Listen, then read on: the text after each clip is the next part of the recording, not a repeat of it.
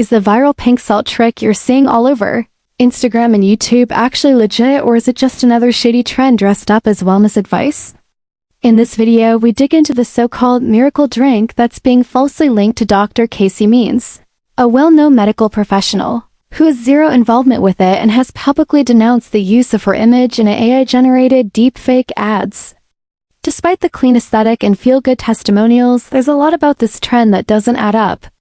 We uncover what's actually in this pink salt concoction, typically a mix of warm water, lemon juice, honey, and Himalayan salt, and why its promises of rapid weight loss and detoxification are not only misleading but potentially harmful. We also examine how these ads misuse science-wide buzzwords and fabricated endorsements to lure in viewers, especially targeting those looking for quick health fixes.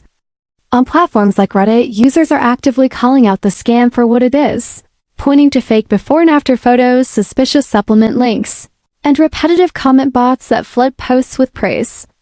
While pink salt itself isn't harmful and may have minor mineral content, it's being overhyped into something it's clearly not, and the fake association with a respected doctor makes the whole thing even sketchier. So, is the pink salt trick a harmless fad or a deceptive trap?